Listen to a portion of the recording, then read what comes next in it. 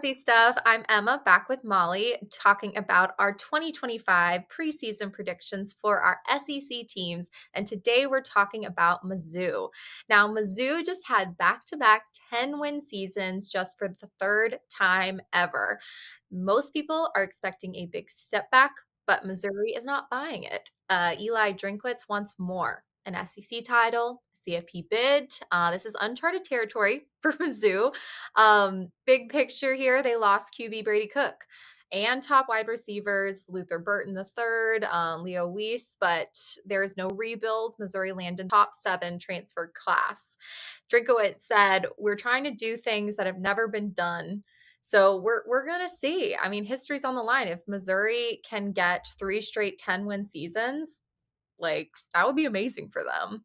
I'm excited for them because they did get the top 7 transfer class, which is good for them because I think losing your QB and your top wide receiver, that that's crazy. Like we were just talking in the last video for Ole Miss about like if you don't have a decent O-line, you're kind of screwed. Like you can't win a game without scoring. So I think the key to this is having a really good offense. And so I think it's a totally different new offense for them, but I do think they can accomplish a 10 winning game season. That's my prediction. I think they're going to be able to do it. I think they're about to make history.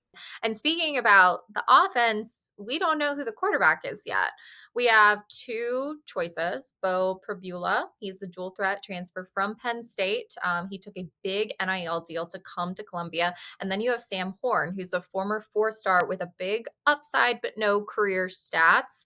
Pribula is the betting favorite. He's played 23 games. He can run. He has a skill set that fits what Missouri needs post Brady Cook. So I would say it's him.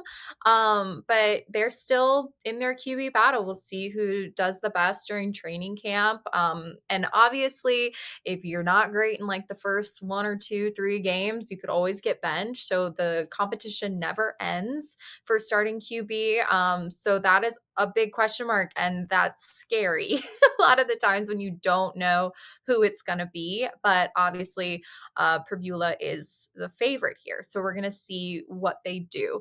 And then Missouri, people, especially Vegas, they think their win total is set for 7.5, but a lot of folks are really thinking that they're going to regress after losing all these major players. But Eli, I mean, he is set. He's like, my team is going to be winning SEC titles in the playoffs. So they have definitely reloaded, and they've avoided most of the top SEC power players here in their schedule. So a setback is not guaranteed. So this is a really interesting season for them, and I'm interested to see how it pans out for them.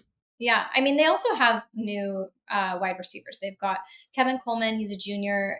I mean, he's transferring in from Mississippi State. You've got Xavier Loyd from FCS. I just think that they got the best transfers that they could have gotten for their situation, and so that's why I don't want to listen to Vegas on this 7.5 win because I really do think if these boys can, and like you said, it's if it's not in the first 2 games, you're kind of screwed. But if these boys can really mesh and really bond and really have chemistry on the field, and if they can get the rhythm going, I think Missouri could possibly be an unstoppable team this season and definitely playoff contenders, in my opinion. I mean, that's what Eli's thinking. That's what he's hoping. So you're drinking with Drinkwitz here. um, but again, Pribula or Horn, they just have to be solid because, like you said, they have incredible skill players that they've brought in through the transfer portal. Yeah. And you got to look at the defense here, and it's like, can they carry this team for the first few weeks, get them over the hump of the offense? Having to find their rhythm because it's always huge. If they can, and I think they can, they have a good defense here, then they will give the offense enough time to settle in to get those 9 or 10 wins in the regular season. And that would be huge for Missouri. I mean, the defense here is deep, they're experienced, they're built to travel, great on the road. Which helps too, since their first road game isn't even until week 8. So they have so much time here to mesh at home, which is great for this team. I think there's so many positives helping them, but it's just whether or not they can seize the moment. Yeah, and I think having that transfer portal access for them has given them like a really good like veteran type team. Even though they haven't been playing together before and they are a new team, we're not looking at a bunch of new rookies. Like we're looking at kids that are coming from other schools with amazing statistics. So once again, I think if they can just get their groove going, they're going to be okay. Yeah. And I mean, like we have said, the offensive line, the QB play, these are our biggest question marks. The O line is largely rebuilt. Only Caden Green is proven.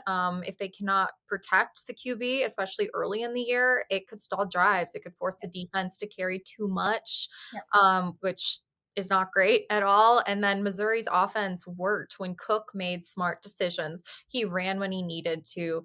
So whoever takes over has to bring that same edge and ability, especially with tough matchups against Alabama. They did not play well against Alabama last year. Granted, Cook got knocked out of that game as well, and then obviously they had Texas A&M at home coming up. So it's not going to be easy. Nothing in the SEC is, but again, their schedule is very favorable. They don't play Georgia, they don't play LSU, they don't play Texas, they don't play Tennessee. First road game isn't until week 8 at Auburn. So, I mean, this is a good schedule for them. You It's could just argue it's probably the easiest schedule in this. it's one of them. It definitely is. It's manageable. Some schedules are brutal here, like OU, Florida. These are brutal schedules these teams are getting, and this schedule is definitely manageable. Teams would love this schedule. So it's just whether or not they can mesh, find their groove, and then take advantage of all of the positive they've been given. Yeah. So let's go through their schedule. So August 28th, they open versus Central Arkansas. I mean, this is going to be an easy season opener. Lucky them. And then they have September 6th versus Kansas. And again, I think these are wins. Obviously, Louisiana's next. Again, a win. So how do you feel about those first 3 games for them? I think it gives them a lot of time to relax. Yeah, anything can really happen, but I think this is gonna be, like, a good way for them to get their groove going.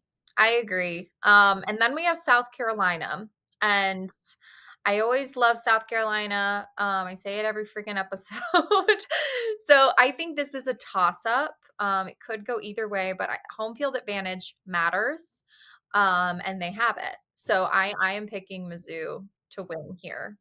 I just think we're South Carolina, as much as I do like them, I just can't favor them in this scenario here. And I'm also wondering if South Carolina is gonna kind of be like they were last year, and it takes a while for them to get hot, because once they got hot, I was like, "This is one of the best teams in the country." So it's whether or not South Carolina can start that strong again, or if it's gonna take them a few weeks. So that is gonna be a very interesting game. It's gonna tell us a lot about both of these teams, but I am giving it to Missouri here. Then they play UMass. Again, this is going to be a win. I think Mizzou has talent. Mizzou is very capable of winning these types of games. And then they have their bye week, and then they play Alabama at home this year, though, which helps. But I am picking Bama to win this game. So I think this will be Mizzou's first loss. Yeah, I do think Bama will win this one. I think having a bye week before is kind of great timing for them to rest up and get ready because this is probably going to be their first really tough game of the season. They could surprise us. We never know. This could be an upset, but I definitely see Bama taking this one home. Yeah. And the good news for Mizzou here is that Bama has just played Georgia Mhm. 2 weeks prior and then Vandy 1 week after. So they've been playing a few games. They could be beaten up a little bit after playing Georgia and Diego. Well, So it just depends. Are they going to be upset again by Vandy, or are we like how is Bama? How is Bama's ego going to be that? how's Bama's ego gonna be? Once they beat Vandy, maybe they'll overlook Mizzou and say, "Huh, we beat the gauntlet, Vandy, we're done." So this could be a really good opportunity for Mizzou to beat Alabama. I just think Alabama is gonna take this one this year. And then they finally go on their first road test to Auburn. Jordan O'Hare is not an easy place to play. Weird things happen there. This is a toss up for me. And this is a game that I think they can win, but I also think they can lose. They've been at home all year, so that's the only crowd they've known. So it's different when you go to a different environment. So this one's a question mark for me. For now, I'm going to give them the win. Mhm. But I think this could be a loss as well. I'm gonna be honest, this is just a fat question mark for me because I honestly have no idea. I Auburn had such a toss-up year last year for me. I just can't predict anything with Auburn. I know you guys did the episode this last week on Auburn, and I just Auburn's an odd team. So I just can't say anything about Auburn. But I'm just a fat question mark. It's a toss up for me. We're just gonna have to see how it goes. Yeah, Auburn's one of those teams that they can look like the national champions against a certain team and then play a different team the next week and look like they should only have one win on their record for the entire year. So they're such an interesting team and they are definitely building something special there. Will it be enough? I don't know. I'm going to give Mizzou the win though. And then they get to play Vandy. And I think this is going to be a manageable game for them. Again, the shock and awe of Diego is gone. So we'll see what Vandy cooks up this year to still be able to compete in these big moments. And I think Vandy will be able to compete. I just don't think they're going to get as close Yeah. with some of these teams as they did last year or have that major upset again this year. But we're going to see. I mean, I'm not counting Diego out anymore. Vandy had a weird year last year. I mean, they beat you guys, and then like the score with Texas was just way too close for my liking, personally. And then the Tennessee game was close for a while, so don't count them out right now. When Diego leaves, we can start counting them out again. But Diego he's a question mark. He's weird to play. I mean, he's triple option. He loves to scramble and he's good at it. So I wouldn't count out this game, but I am gonna say it's gonna be a win here. Then we have a bye week, which is great because then they have to go play Texas A&M. Another toss-up for me because I'm mildly siding with Eli. I don't think they're gonna have as big of a fall off as people think they will. Um, A&M is also gonna be an interesting team. I'm gonna call this a win for Mizzou, actually. Um, I it's a toss up for me because I think A&M is such an interesting program that I'm like I just could see I could see A&M coming out of the gate swinging. They do have a little bit more of a difficult schedule versus Mizzou for sure, but I just think that this might be one of the better games for A&M. So I'm gonna put my money on A&M for this one. Yes. And then we have Mississippi State. I think again it's going to be a win. A lot going on at Mississippi State. Oklahoma. I think this is going to be potentially a loss. Road trips to Norman are not easy. Venables is a tough coach. This is a physical team. And I think Oklahoma has a lot to prove this year, especially with how well Texas did. Yeah, They don't want to be left behind. So I'm going to say this is a loss. yeah. Um, this is a toss up for me as well. I want to say it's a loss because I just don't like OU, but I just it really it's hard for me. It's hard for me to say this, but I think Oklahoma might win. Next, we have Arkansas rivalry week, obviously. Again, this is a game that could go either way. Rivalry week is always weird. I'm going to call this a win for Mizzou. I'm putting Mizzou at either 9-3 or 10-2. There are a couple games that I'm like, I think you will definitely lose. And there are a couple games where I'm like, this could potentially be a loss. So it's a little weird. I think they're definitely going to lose to Alabama. But then I'm looking at games like Texas A&M and Auburn and Arkansas and Oklahoma, and I'm like, these games are the question marks for me because I'm like, they could win, they could lose, but I just don't think they're going to lose more than 3 games. No. I said this at the beginning of the video. I think they have every capability of having another 10-win season, and I think they could make history. Big question mark on this because I do think that they can do it, and I do believe that they might do it. Well, Eli thinks he's going all the way to the SEC championship. I don't agree with that. Maybe he could be in the playoff conversation as some of those last spots. I don't think that is crazy to think of in any means. So it's gonna be interesting. You know, what a weird time to be a college football fan. I just feel like it's all like having the balls to say like I am gonna go all the way to the SEC championship when you're looking at teams like Texas and Florida and Georgia and Tennessee, which question mark on them, and like and God, You Bama. forgot my team, I Molly. just said it, Bama. Anyway. When we're looking at teams like this, just the audacity of somebody to be like, I'm going all the way to, all right, sit down. Let's see if you can beat Texas or Georgia, and then we can have a conversation, which I just don't think that they could. Yeah. I mean, there's definitely some great matchups in here. They stayed relevant for a very long time last season.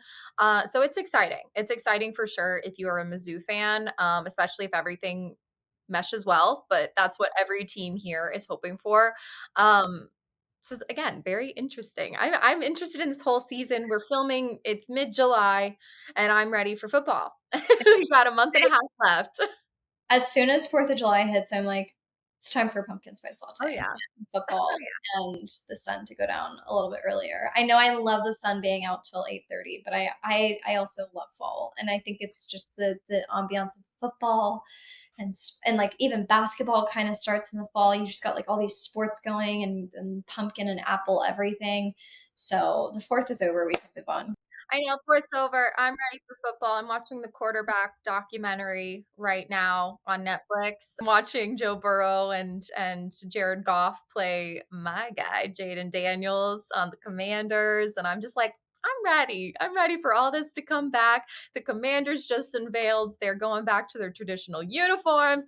I'm done waiting. But we are so close and we're so excited. So let us know what you feel about Mizzou. Do you think they're gonna beat Vegas's odds and get to 9-3 or 10-2, like we're saying here? I think we have high hopes for them, and high hopes in Eli and seeing what he can do. I don't know if we have as high of hopes as he does, but we're confident for them. I think they can produce something special here this year. So we're gonna see, but let us know what you guys think. Make sure to like, comment, and subscribe, and we will see you next time. Bye bye.